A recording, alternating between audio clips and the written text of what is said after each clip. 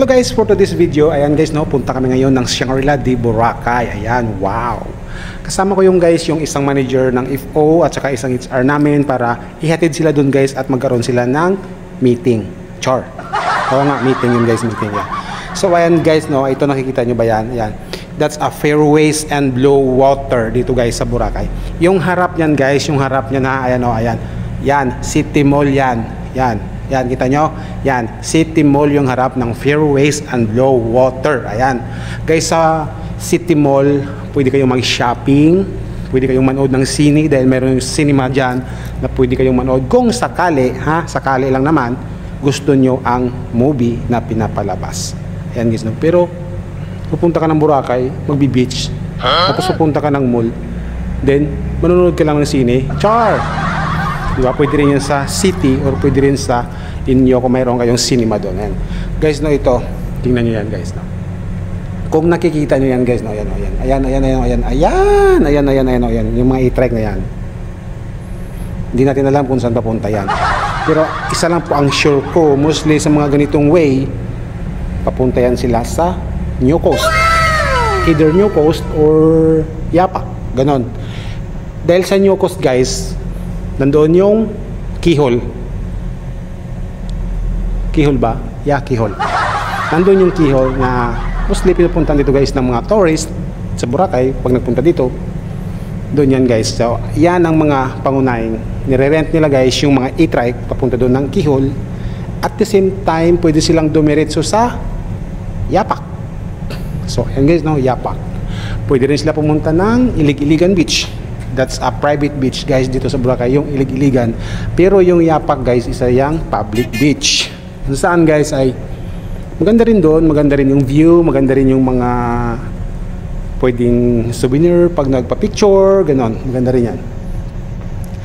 Alam mo guys, dito sa Boracay, kung nakikita nyo yan, di ba? Yung way, hindi pa siya ganon ka totally finished kasi nga yung mga sidewalk, ayan guys, oh, yung mga sidewalk kung nakikita nyo, still inaayos pa rin.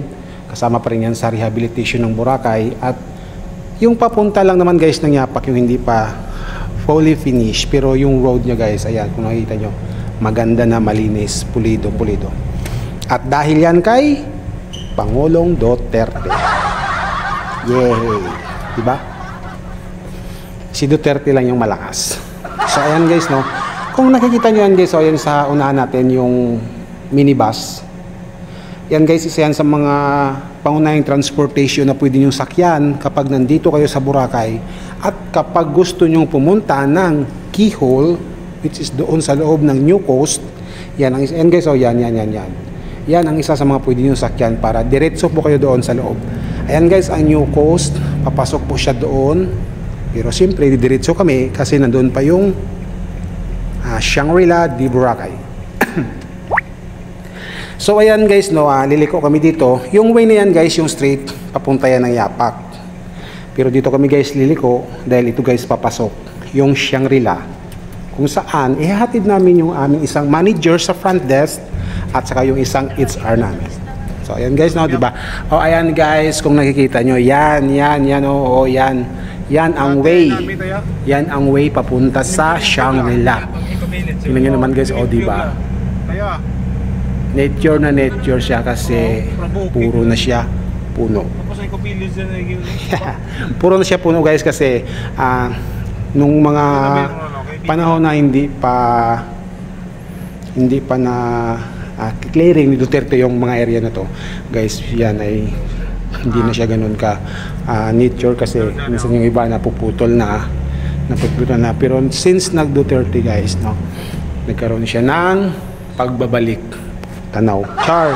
Nagkaroon siya ng pagbabalik ng mga, ayan, tumutubo. Ayan guys, so parang pupunta ka lang sa bundok, parang hindi ka lang sa Boracay, no? Parang pupunta ka lang doon sa falls, then doon sa loob ng falls, mayroon doon napakagandang liguan. Char! Yun pala, papunta ka lang ng Shangri-La sa Boracay. Char! Ayan guys, tingnan nyo.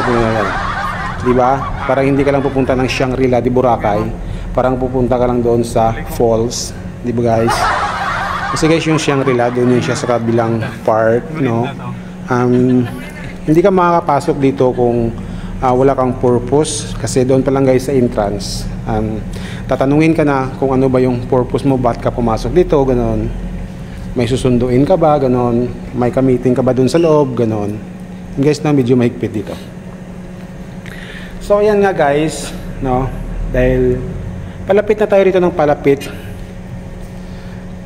unti-unti na siyang gumaganda na gumaganda.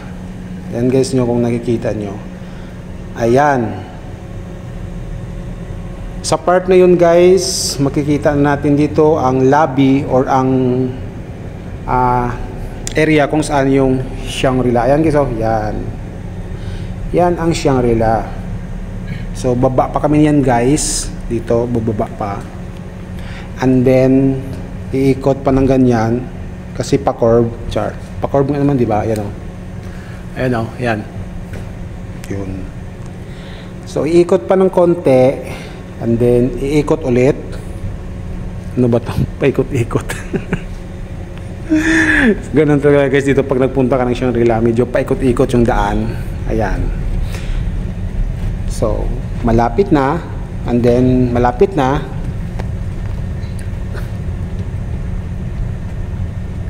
And then iikot ulit. Ayan, yun nga, paikot-ikot, paikot-ikot, ikot. Parang ganun guys, no? Parang paikot-ikot lang.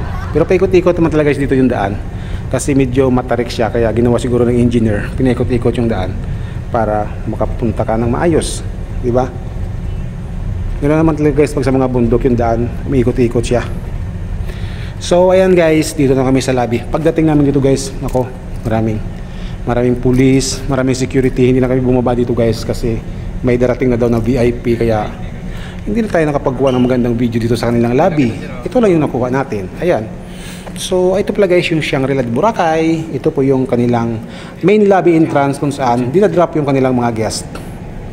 Ayan guys, so maraming police na nakabantay kasi parating na raw yung kanilang VIP. Kaya kami drop off na lang, kaya and then go na. So ayan guys, no, at dito nga guys, no, nasalubong na namin dito yung kanilang mga VIP at nandiyan naman nga talaga. Ayan guys, oh, yan, naka-convoy niyan sila guys, no. At dahil dumating na yung mga VIP nila, hanggang dito na lang yung aking video. Maraming salamat.